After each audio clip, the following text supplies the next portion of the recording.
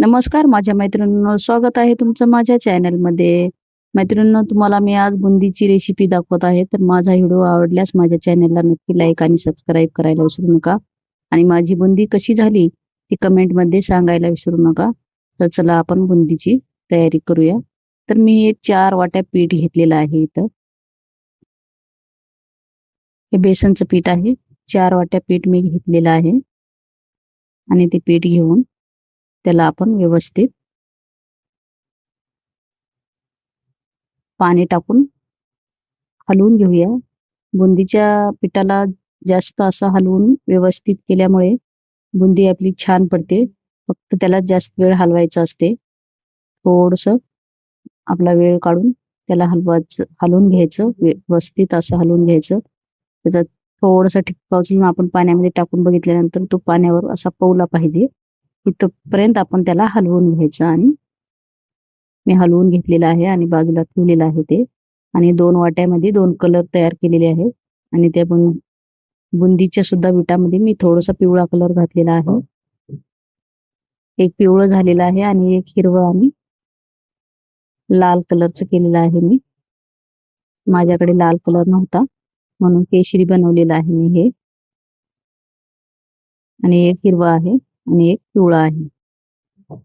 तर असे मी 2 कलरचे 2 वाट्यामध्ये पीठ तयार करून घेतलेलं आहे. आणि त्याला व्यवस्थित असं हलवून छानपैकी तयार करून ठेवलेलं आहे. तर माझी बुंदी खूप छान आणि मोकळी अशी एकदम भारी हलवाईसारखी झालेली आहे. आपण घरच्या घरी अशी बुंदी तयार करू शकता. बाहेरची बुंदी आणून खाण्यापेक्षा ही बुंदी कितीही चांगली असते. आपण थोडासा वेळ जर दिला तर आपण आपल्या घरी व्यवस्थितपणे आणि छान प्रकारे बुंदी तयार करू शकतो. मी त्याच्यामध्ये थोडंसं तेल घातलेलं आहे. तेल घातल्याने बुंदी थोडीशी कुरकुरीत होते आणि खायला पण छान लागते. तर मी आता तुम्हाला चाचणीची तयारी करत आहे, दाखवत आहे. आता मी ह्याच्यामध्ये साखर टाकून घेत आहे.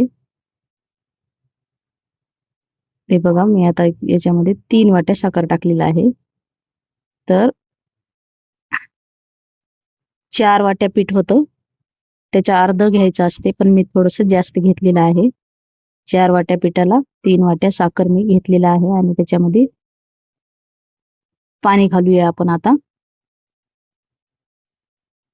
वाटीने हे 1 वाटी, 2 वाट्या साखर बुडून थोडंसं वर येईल असं एवढंच पाणी घालायचं आहे. जास्त पाणी घालायचं नाही. तर मी आता याच्यामध्ये 2 वाट्या साखर घातलेली आहे. मी पाकाला तयार होण्यासाठी वर ठेवलेला आहे गॅसवर. त्याच्यामध्ये थोडंसं मी लिंबू घातलेलं आहे, कारण लिंबू घातल्याने ताबडतोब साखर तयार होत नाही पाकाची. खूप वेळ असंच राहते. आणि थोडंसं मी कलर घातलेला आहे आणि विलायची टाकलेली आहे पाकामध्ये. तर आपला पाक आता शिजत आहे. पाकाची तयारी पूर्ण झालेली आहे. आता तो पाक तयार होत आहे. तोपर्यंत आपण बुंदी काढून घेऊया. तर आता मी बुंदी काढून घेत आहे. बघा, हा पहिलाच घाणा आहे माझा.